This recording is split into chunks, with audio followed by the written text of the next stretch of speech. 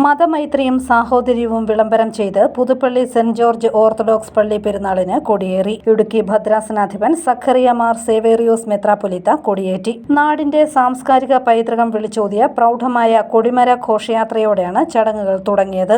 വാദ്യമേളങ്ങളുടെയും വള്ളപ്പാട്ടുകളുടെയും അകമ്പടിയോടെ പുതുപ്പള്ളി എറികാട് കരക്കാർ ആഘോഷപൂർവ്വം കൊണ്ടുവന്ന കൊടിമരങ്ങൾ പള്ളിമുറ്റത്ത് നാട്ടിയതോടെ പെരുന്നാൾ ആരവം ഉയർന്നു.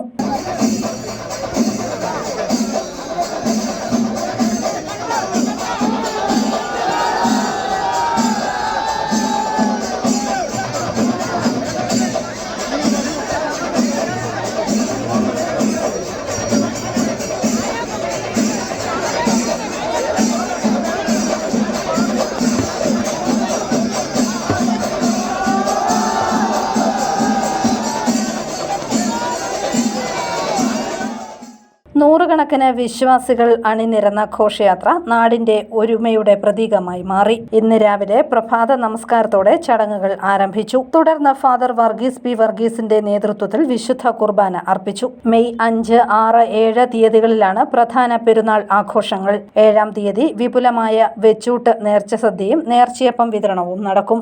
News bureau, Kottayam.